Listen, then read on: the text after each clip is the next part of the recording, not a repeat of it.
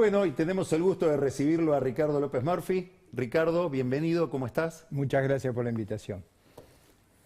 Se cumplen este año 20 años del estallido del 2001, que vos viviste demasiado de cerca, y me gustaría que sintéticamente, si tuvieras que explicarle a un finlandés, a un islandés, qué pasó en la Argentina en estos 20 años, nos hagas una descripción central de lo que vos evaluás que ha sido este periodo de 2 décadas. Sí, se desperdició probablemente la mejor oportunidad que tuvo Argentina en toda su historia, en la primera década de este siglo, con precios excepcionales, con tasas de interés muy bajas, con nuestros vecinos en una situación excepcional, en una fiesta populista que nos ha costado enormemente, porque nunca, como decía José, el asesor del faraón en el Antiguo Testamento, hay vacas flacas y vacas gordas. Es crucial aprovechar el tiempo de las vacas gordas para capitalizarse, y eso es lo que perdió Argentina. Pero perdió algo más importante todavía, que fue la racionalidad en su organización económica. La racionalidad en economía es una cuestión vital, por eso fracasó la utopía sangrienta de la Europa Oriental, por eso nadie piensa en un esquema de planificación centralizada como era las ideas allá de los 50, de los 60, eso se ha dejado de lado, ¿no? Bueno, algunos mamarrachos como Cuba, como Corea del Norte, pero digo, en general eso ha quedado atrás. Argentina se desorganizó, y uno de los rasgos de esa desorganización es el caos monetario y fiscal que vive, inflaciones muy altas, con un clima muy deteriorado hacia el futuro, y ese sistema, yo diría, tan deleznable de organización del capitalismo de amigos, es decir, que no es solo el capitalismo de amigos, de cuate, como dicen los mexicanos, sino que es ese vínculo con los sindicatos, como es el del cloro. Filiberti, sí. No, claro, y el otro, Lingeri, sí. el que tiene el barco ese, como decía Roberto García, de 70 metros. Filiberti. Yo ya creo que van a comprar un transatlántico la próxima vez. El otro caso es el de Moyano, que se quiere quedar con las autopistas. Esto es una cosa increíble, o sea. Y el caso de Santa María en la capital, el sindicato de porteros que se compran medios y demás como si fueran grandes potentados. Eso es claramente anormal. ¿A costa de qué hacen eso? A costa de lo que es vital en una sociedad abierta y capitalista, que es las clases medias, la pequeña y mediana empresa. Eso es lo que es vital. Pero no solo es vital porque ahí se crea empleo, ahí se hace innovación. No hay sociedad pluralista si no hay una gran clase media. ¿Por qué? Porque en general, cuando uno tiene solo los extremos, la resolución de ese problema es autoritaria. Es decir, lo que actúa, lo que acolchona, lo que modera, amortigua las tensiones es una gigantesca clase media. Por eso la democracia republicana, ese sistema que tanto aborrece Cristina, el capitalismo, la sociedad abierta, se ha desarrollado en un ambiente de amplísimas clases medias. ¿Por qué acá es tan difícil eso? Porque acá está el dedo de Cristina, el dedo de los amigos, el capitalismo de cuate. Y en las pymes no pueden ser de ese tipo. ¿Y qué hacemos con las pymes? Hacemos un pimicidio, o sea, les ponemos 170 impuestos, le ponemos regulaciones prohibitivas, le ponemos una legislación laboral intolerable. Entonces, esa destrucción, no solo una destrucción que tiene costos económicos, fíjate vos que agrandamos los amigos del poder y destruimos la base dinámica de la sociedad y de la economía. Pero lo más grave de todo eso es que la sociedad pierde esa capacidad de movilidad social, de sueños, de ambiciones, que son, digamos, tan propias de de las sociedades civiles exitosas. Yo me acuerdo de Democracia en América, para poner un caso.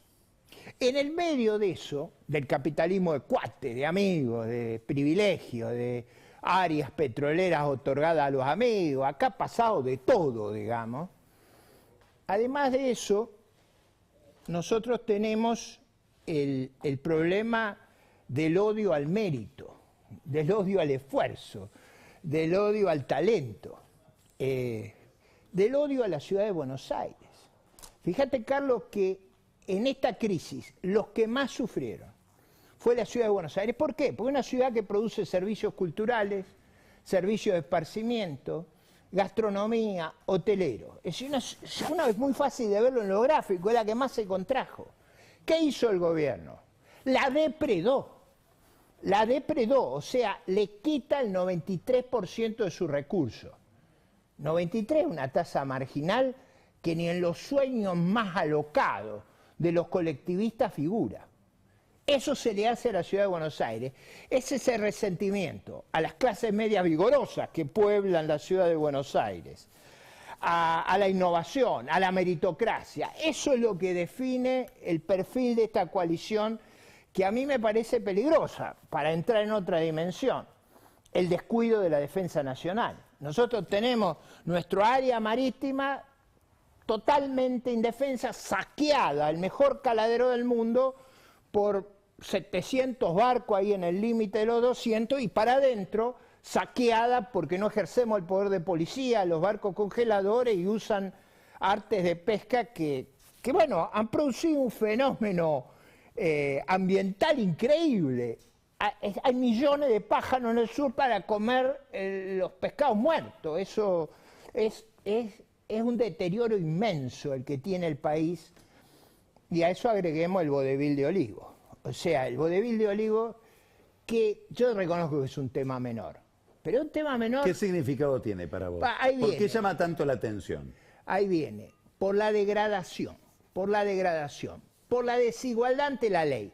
Ese otro caso, cuando teníamos a los chicos sin clase, cuando nosotros estábamos presos en nuestras casas, había festichola en Olivo, pagada con los recursos de los contribuyentes. Desigualdad ante la ley, como el vacunatorio VIP, como el juicio VIP. No sé si vos viste, imaginate si cada encausado por temas penales pidiera hablar ante el tribunal antes que el fiscal. Yo nunca vi una cosa igual.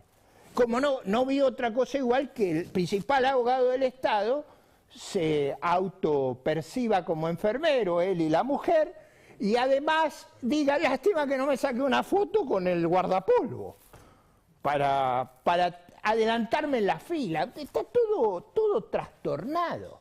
Y ahí viene otro problema que no me quiero dejar escapar. La verdad, trato de estar lo más tranquilo posible. Lo veo. Hago un esfuerzo por la tranquilidad, porque a mí me indignó este fin de semana una cosa que ocurrió, que el presidente, hablando en un foro internacional, calificó a la OEA como un escuadrón de gendarmería, como si fuera un sicariato. Yo me acordaba de la ministra Patricia Bullrich. Yo me sentía seguro cuando estaba Patricia Bullrich a cargo del ministerio. No me siento con los Frederick. Pero además, yo pensaba, ¿qué ascendiente se puede tener sobre las fuerzas de seguridad cuando se las denigra arbitrariamente? Como si lo peor fuera ser un escuadrón de gendarmería. Yo estoy orgulloso de los centinelas de la patria. Como estoy orgulloso, y creo que es un error inmenso que no tengamos custodiados nuestros cielos con la aptitud militar que requerimos para eso. Como estoy preocupado que nuestras fuerzas terrestres no tengan los blindados a rueda, como es hoy los eventos. Nosotros tenemos ataque a los penales. No es que se tratan de fugar, los atacan con ametralladora y moladora. En ese contexto desarmamos nuestra defensa. No, nadie sabe. Bueno, vienen funcionarios del resto del mundo, le dimos una base china, digamos, un tema muy delicado ahí en Neuquén. Tenemos un estado de indefensión absoluto, Y en ese clima el vodevil de Olivo, el capitalismo de amigos, ¿cómo no crees que esté enojado? Te hago una pregunta. Vos sos candidato a diputado en estas elecciones y liderás una lista que probablemente sea la más novedosa que hay hoy en oferta, digamos, con gente que creo que nadie viene de la política clásica ahí, digamos, que no son políticos profesionales. Bueno, algunos, digamos, los primeros lugares. Sí, a eso abajo me refiero, sí. Está toda nuestra militancia, ¿no? Sí, Eso. pero hablo de que incorporaste figuras que vienen verdad, de otras, es verdad. de la vida pública. ¿Por qué? ¿Qué significa eso? ¿Por qué te interesa eso en este momento? ¿Qué quieres decir? Eso responde a tres criterios. Tres criterios que son importantes porque yo no estoy dispuesto a escaparme de esos tres criterios. No la elegí yo la lista, la eligió Republicano Unido. Obviamente yo tenía cierta capacidad de negarme si no cubrieran los requisitos. Primero, a nivel mundial hay un deterioro de la democracia representativa y de la política. Hay un problema y nosotros tenemos que recrear el vínculo con la sociedad.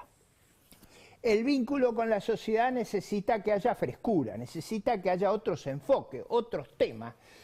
Cualquiera de los integrantes de esa lista llama la atención por el vigor que tienen, por los planteos que hacen, ya sea porque son empresarios pymes y se enojan mucho con los impuestos, las regulaciones, con el destrato, porque no son los elegidos por los dedos. Hay una muy destacada científica, hay una abogada penalista Sandra Pita, Eugenia Talerico. Sandra Pita, que acaba de sacar un libro sobre el CONICET. Exactamente, porque ahí viene un tema también que yo no quiero dejar pasar. La pandemia ha sido una inmensa tragedia para el mundo, pero también ha sido un lugar donde hay una revolución científico-técnica. Argentina necesita aprovechar esa circunstancia en la educación, en la ciencia y la tecnología. Los que conocemos a la doctora Pita sabemos muy bien, yo con ella tengo relación hace bastante tiempo, conocemos muy bien su doble rol en la vida científica, pero también ha trabajado en el sector privado. Es decir, ella conoce muy bien este doble vínculo. Lo de Eugenia Talerico es muy fácil de explicar. O sea, la lucha contra el narco, contra el lavado de dinero, contra la corrupción está en el corazón de las reformas que tiene que hacer Argentina, que son muchas. La Argentina no aguanta un programa liviano. La Argentina tiene que hacer una inmensa reforma para superar el estancamiento y esa degradación conceptual que sufre. ¿Cómo se hace para encontrar la palanca política de esa reforma? Bueno, lo primero que tenemos que... por ejemplo, la base parlamentaria... Bueno, nos tiene que ir muy bien, primera cosa. Si no nos votan, acá estamos jugando el todo por el todo. Es decir, yo soy consciente que con una lista, el segundo punto que no quiero olvidar, es una lista meritocrática. Uno revisa todo lo que están ahí y son de primera. Y son de primera todos. Han sido chequeados con mucho cuidado. Son gente muy destacada en distintas facetas de su personalidad. Son muchos de ellos admirables hasta por su trayectoria de vida. Algunos a mí me conmueven por cómo han sido capaces de superar la adversidad de su circunstancia y su talento y su disposición. Bueno, Franco Rinaldi es un fenómeno, digamos, ahí, o sea, Franco a veces me dice que nos hubiéramos podido comprar con los subsidios que le dimos a Aerolínea American. Digo, para Aerolínea tiene 80 aviones, American tiene 1200. Digo, para tener una idea de las locuras que hemos hecho organizativas en la Argentina. Pero hay un tercer factor que es muy importante. Y ese tercer factor es un gran compromiso con la República. Nosotros no nos llamamos republicanos en broma, somos republicanos en toda la dimensión de la palabra. ¿Y qué quiere decir republicano? Como tú eres un gran profesor de historia, no tengo que señalártelo. Republicano se llamaba un partido muy rebelde que creó en la Argentina Leandro Nicéforo Alén y Aristóbulo del Valle, que fue el primer partido moderno de la Argentina, un partido doctrinario, un partido comprometido contra el abuso y el privilegio. Esa era la obsesión de Alem, digamos, era una obsesión muy...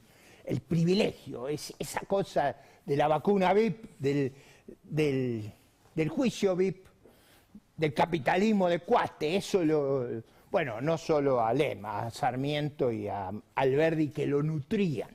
Ese modelo antiprivilegio es una cuestión vital para recomponer en la Argentina la autoestima de los argentinos. Y la ejemplaridad, porque la ejemplaridad también es crucial. Nosotros necesitamos recrear la confianza en el liderazgo político. Ese es el intento que hacemos de incorporar a gente comprometida con la República, que ha demostrado y demuestra todos los días la firmeza de sus convicciones, gente que se ha destacado en sus profesiones, en sus actividades, ya sea como empresario, como intelectual, como jurista o como experto en políticas públicas. Y en tercer lugar, gente que tenga el coraje de afrontar un desafío tan grande, porque nadie ignora la desproporción del aparato que enfrentamos. O sea, yo no soy un ingenuo, pero vamos a librar una batalla inolvidable. Porque ahí tú me preguntabas una cosa que es muy importante. ¿Cuál es la cuestión crucial? Acá la cuestión crucial es prevalecer en la narrativa. La narrativa que prevalece en Argentina es una narrativa que nos lleva al desastre. Es una narrativa que nos empobrece. Es una narrativa que va contra la naturaleza del ser humano. La narrativa que tiene éxito en el mundo es una narrativa que recrea la competencia, que recrea a los emprendedores, que recrea a los innovadores, que genera respeto por la propiedad privada, respeto por la iniciativa privada, que pone en el centro del crecimiento la energía del sector privado, la inversión y el empleo. ¿Quién no puede creer que un Estado quebrado, que toma el 22-23% en dólares, puede ser el motor de crecimiento? Y nos están estatizando la hidrovía, nos están estatizando los ferrocarriles de carga. No hay aventura que han dejado de hacer. Locuras en la represa, locuras en las centrales energéticas. Bueno, lo que nosotros venimos a poner fin a la locura. ¿Cómo vos nombraste a Alem recién? Vos perteneciste al radicalismo, tu padre fue una figura muy importante del radicalismo de la provincia de Buenos Aires. ¿Cómo ves la situación actual del radicalismo y cuán cerca y cuán lejos te sentís? Porque detrás de esa pregunta está también por qué no pudo haber una posibilidad de una alianza con algún sector del Partido Radical. A ver,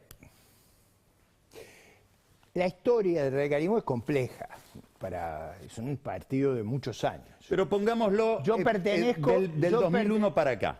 No, pero digo la historia, porque yo soy parte de esa historia, o sea, una parte muy metida ahí. Mis abuelos, digamos, hace muchos años atrás, cuando yo integraba las convenciones radicales, y era muy polémico ahí, yo decía que yo no podía ser socialista ni socialdemócrata, porque si mis abuelos hubieran creído eso, hubieran ido a la Casa del Pueblo, no a la Casa Radical. No, hubieran ido con Juan B. Justo y Alicia Moró de Justo, que eran admirables, no fueron ahí, fueron a otro lado. Alem representa la tradición de Alberdi y de Sarmiento. Su panegirista fue Ezequiel Lagos. Es decir, el radicalismo en la posguerra pega un viraje muy grande en el programa de Avellaneda. Y yo desde ahí fui una muy clara minoría. Yo me siento más identificado con la historia de Alvear, de ese brillante ministro de Economía que fue Mosca. Con esa historia me siento identificado. Es verdad que yo comparto en esa cultura los valores de la democracia pluralista y representativa, la idea de la moral administrativa, la idea de un país cohesionado, la idea de ser, digamos, de atenuar el infortunio. Yo todo eso lo comparto. Pero tengo esas características que me llevaron a tener, lo digo con total responsabilidad, tantos choques con Raúl Alfonsín, cuando él creía que el camino que había que seguir era la socialdemocracia. Yo tengo afinidad en muchas cosas En eso no estamos de acuerdo. Otra pregunta. Ahora Vos vas a participar de una primaria con ellos. Eso no quiere decir que yo no crea que esta elección es crucial. Si hubiera podido, hubiera juntado todo lo que no pude. Hay límites en lo que se puede hacer. Esta elección es crucial para la República, es crucial para las libertades, y por esa razón me acabo de integrar a este frente, para hacer el frente lo más amplio Ahora, y esa ampliado. integración tuya a ese frente, ¿tiene algo que ver con la impresión que uno puede tener o que vos podés tener de un agotamiento del ciclo de Macri, como que acá empieza otra cosa? Porque vos no participaste del gobierno de Macri, no fuiste parte de ese oficialismo. Daría la impresión de que tenías alguna distancia con eso que no tenés ahora. No sé si estando Macri al frente del PRO vos estarías en esta interna. A ver, lo quiero decir con cuidado y Sí. con respeto. Churchill decía, para terminar con Hitler, yo tengo una amplia gama de alianzas. Para vencer a los Kirchner yo no tendría ningún problema con el ingeniero Mauricio Macri, con Horacio Rodríguez Larreta, con Mario Negri, con el ex gobernador de Mendoza. Es decir, yo comprendo que tenemos que hacer, y me siento partícipe activo, la alianza más grande que se pueda hacer. Y digo, para que quede registrado, yo creía que a Espera había que incorporarlo en la provincia de Buenos Aires. Yo creo que no hay que dar una sola ventaja. Así que me siento cómodo, me hubiera sentido muy cómodo con Macri, no es un problema. Yo tuve muchas discrepancias con él en su gestión de gobierno, en la ciudad y a nivel nacional. Ahora, que yo tenga diferencia con la política económica, porque me parecía que eso no terminaba bien, como no terminó, no quiere decir que yo no simpatizara con la política exterior, o como dije antes, yo simpatizaba mucho con Patricia Bullrich, con el espíritu que ella le transmitía a la fuerza. Yo he sido ministro de Defensa, yo conozco muy bien cómo las fuerzas que están bajo el mando de un ministro responden a un ministro que se compromete, es valiente y se hace cargo, y no a uno que se esconde detrás de ella. Vos decís, había que incorporarlo a Espert. ¿Milei está bien donde está o te sentirías más cómodo? Ahí es distinto el caso. A ver, ¿por qué? Porque Javier tiene, con el cual he tenido muchos años de actividad conjunta, he prologado varios de sus libros, he editado en algún libro mío artículos de él, y yo he tenido una larguísima actividad intelectual con él. Y hemos discutido muchas veces los problemas de la Argentina, los problemas conceptuales y filosóficos. Él tiene una visión que el sistema político argentino está totalmente, digamos, corrompido. Él tiene una visión muy crítica y pone en el mismo plano al kirchnerismo que a la oposición. Y yo no hago eso. Yo creo que es verdad que el sistema político nuestro tiene infinidad de problemas, pero yo veo una distancia inmensa entre el frente opositor y el modelo kirchnerista, el modelo que toma como figuras centrales, como aspectos referenciales al castrochavismo, que admira.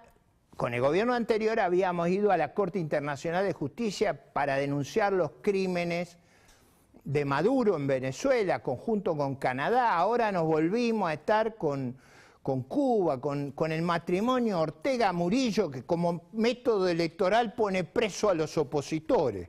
Nos falta ser socio de Lukashenko. Lukashenko es el de Bielorrusia. Pero digamos, es que acá pasan cosas que yo no sé cómo esta sociedad no reacciona más, probablemente porque espera que sus liderazgos lo hagamos. Pero digo, la carta de Cecilia Nicolini, cuando dice, nosotros estamos asociados al proyecto geopolítico de Putin, pero digo, yo creo que estamos en una situación de delirio total, además de incompetencia, porque nos ha costado decenas de miles de muertos no adquirir las mejores vacunas del mundo en el momento oportuno, a pesar de que esas empresas tienen fábricas en la Argentina en el Hospital Militar Central, que es un lugar de excepcional, porque digo, acá se ha denostado tanto a la Fuerza Armada y donde hacemos los experimentos que sirven al mundo en el Hospital Militar Central. Por Pfizer. Por Pfizer, hay otros, Bayer también hizo ensayos acá, pero no quiero seguir con otros casos que sospecho que también, pero en ese caso fue muy notorio por quién dirigió el experimento. Y ahí Argentina tenía un compromiso de recibir las vacunas antes. Pero esto no es lo más grave. Lo más grave es que después del DNU del presidente, el propio jefe del bloque de diputados nacionales, del Frente de Todos, Máximo Kirchner, dice que él no soporta que hayamos tenido que negociar con los laboratorios de origen norteamericano. Bueno, digo, esto es delirante para la Argentina. Ese camino a la Argentina, digo, lo quiero decir con toda claridad, nos lleva al empobrecimiento, a la frustración y a la decadencia. Como yo creo que hay una inmensa oportunidad. Y dado que estas cosas hay que aprovecharlas a fondo, hoy voy a aprovechar el programa para recomendar el libro de un colaborador tuyo, que es Marco Buscaglia. Él escribió un libro que se llama Emergiendo. Ahí hay una propuesta de reforma. No digo que es todo lo que hay que hacer, pero ahí está, porque ahí está también la idea que hay que reformar la política, el sistema electoral y que hay que reformar la distribución de recursos. Porque cuando nos sacan el 93% a los porteños, no lo sacan para mejorar la infraestructura, nos lo sacan para mantener el régimen feudal de los Inflán, el régimen feudal de Santiago del Estero, ese régimen disparatado de Santa Cruz. El régimen que, ¿se acuerdan cuando había extraviado los famosos fondos? Yo digo, ¿cómo pueden votar los porteños al Frente de Todo? O para ponerme en los zapatos de Rossi, ¿cómo pueden votar los santafesinos al Frente de Todos que les cierra las exportaciones de carne? A Santa Fe y Córdoba es la industria en la que tenemos más valor agregado. Eso es espectacular, es equivalente. Nosotros ahí tenemos unas perspectivas fantásticas. Además, si no tiramos más el 1.000.000 de toneladas de pescado ahí en los mares, tenemos otra oportunidad fantástica. Nosotros tenemos reserva de gas que son 500 veces nuestro consumo. 500 veces nuestro consumo. Ese gas, esto es como Frondizi, no solo nos daría energía, sino que nos daría química pesada, petroquímica, fertilizante. Los fertilizantes, al no tener que importarlos, si no tener que exportarlos, bajarían de precio, lo convertiríamos en carne. Es que no sé si conseguiríamos empleo para toda la gente, no conseguiríamos trabajadores, nos pasa lo de Toyota que no consigue para la fábrica. Te quiero preguntar por esto último que estás diciendo, la última pregunta. Cuando dijiste no conseguiríamos trabajadores, 42% de pobreza. ¿Cómo se corrige eso? De eso se corrige. Y lo que tiene que ver con el problema educativo. A ver, eso se corrige básicamente con el crecimiento económico. ¿De qué depende el crecimiento económico? Depende de dos cosas que no tenemos. Una es capital. O sea, no hay cuento en esto. Los salarios suben cuando aumenta el capital per cápita. No hay otra forma de subir los salarios. Ahora, el capital tiene una forma física de ahorro. ¿Qué es lo que impide el ahorro en la Argentina? Ese enorme déficit que come los ahorros. O sea, o vos invertís en máquinas o invertís en bonos del Estado. No podés hacer las dos cosas al mismo tiempo. Eso es parte del error del gobierno pasado. Y la otra parte del crecimiento es el capital humano. El capital humano, Alieto Guadagni siempre menciona que el capital humano es 3-4 veces, a nivel mundial, el valor del capital físico. Lo que hace este gobierno es... Repetí esa idea. El capital humano, es decir, el conocimiento, las capacidades humanas de trabajo, de innovación, son 3-4 veces el capital físico, los recursos naturales. O sea, la idea de que uno es rico porque tiene recursos naturales no es verdad. Acá, ¿qué recurso tiene Japón? ¿Qué recurso tiene Corea? ¿Qué recurso tiene Singapur, que es el país más rico del mundo? No tienen recursos. Lo que tienen es que le han metido mucho conocimiento en la cabeza. O sea, y es vital en ese sentido qué sistema educativo tenemos. Nosotros, nunca me preguntan de esto, pero dado que me preguntaste, va. Nosotros tenemos que tener 190 días de clase y más o menos 800 horas. Nunca lo hemos cumplido, no este último año y medio que fue una terrible tragedia, no lo hemos cumplido en los 10 años anteriores. Tenemos que tener doble jornada. En la capital hay 50% de doble jornada. Yo quisiera que hubiera 70, 75. Pero en el Gran Buenos Aires hay 6, 7%. Carlos, ¿cómo vas a sacar a la gente de la pobreza si no la educás? Y en tercer lugar, para saber de educación es como si vos fueras al médico y usáramos los exámenes de sangre y de orina de otra persona. No se puede, hay que medir. Las pruebas a aprender, las pruebas PISA. Nos va muy mal en eso. Ahora, yo ahí no pierdo la esperanza. Yo he visto unas innovaciones extraordinarias. Gerardo de la Palera el otro día me comentaba que han desarrollado un sistema de innovación que aprenden con tablet y van rotando con educación presencial, y la mejora en el rendimiento en matemáticas sube 60%. Ellos están desarrollando un inmenso programa, cosa que la doctora Pita nos pasamos discutiendo esto. Yo quiero que estudien matemáticas y ciencia exacta. Nosotros, ¿qué pasa? Tenemos una matrícula que no estudia matemáticas, entonces no tenemos estudiantes de ingeniería. Bueno, ese es el fuerte de los asiáticos, ¿no? Exactamente, exactamente. Ahora los Estados Unidos ganó la Olimpiada de Matemáticas. La única broma es que los 4 eran chinos. Claro, eran inmigrantes asiáticos. Yo digo, necesitamos estudiar ciencia exacta, matemáticas, necesitamos reformar. Acá la reforma que hay que hacer en materia educativa es descomunal. Y si hacemos todo eso, yo soy muy optimista porque las circunstancias para Argentina son buenísimas. Acá no tenemos conflictos limítrofes, no tenemos conflictos raciales, no tenemos conflictos religiosos, no tenemos conflictos misilísticos, no tenemos conflictos atómicos, conflictos bacteriológicos. Aquí no tenemos los problemas que son difíciles. Los problemas que tenemos han surgido de la incompetencia de nuestros dirigentes, de diseñar malas instituciones, de llevar adelante malas políticas y de tener un software que funciona mal. No es interoperable. Uno escucha lo que dicen nuestros dirigentes acá, por ejemplo, cuando decían que emitir dinero no iba a causar inflación, pero digo, eso es una cosa delirante. Así es lo que nos pasa. Todo el mundo dice, ¿por qué tenemos inflación? ¿Por qué emitir? Va malo, va a no poder. Ricardo, muchísimas gracias. Mucha suerte en esta aventura. La voy a necesitar, pero estoy muy entusiasmado. Como ya veo. Se nota que estoy entusiasmado. Ahí creo que me subestima. Te vas optimista. Creo que nos subestima. Creo que creen que nosotros, con mucha humildad, vamos a hacer un esfuerzo ciclópeo. Y creemos que tenemos las ideas, la energía y la voluntad de victoria. Yo te confieso que me emociona mucho cuando veo a la resistencia cubana gritar en el lugar de ese grito mortuorio, el grito Patria y Vida. A mí no sé si notaste que gritan libertad, libertad, libertad como nuestro himno, y después Patria y Vida. Muchas gracias, Ricardo. Vamos a un corte.